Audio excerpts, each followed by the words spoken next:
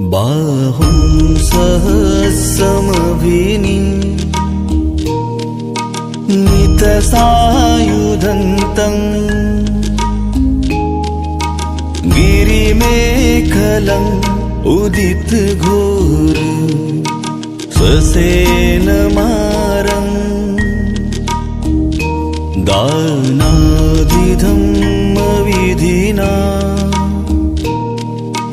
जितवा मुनिन्दो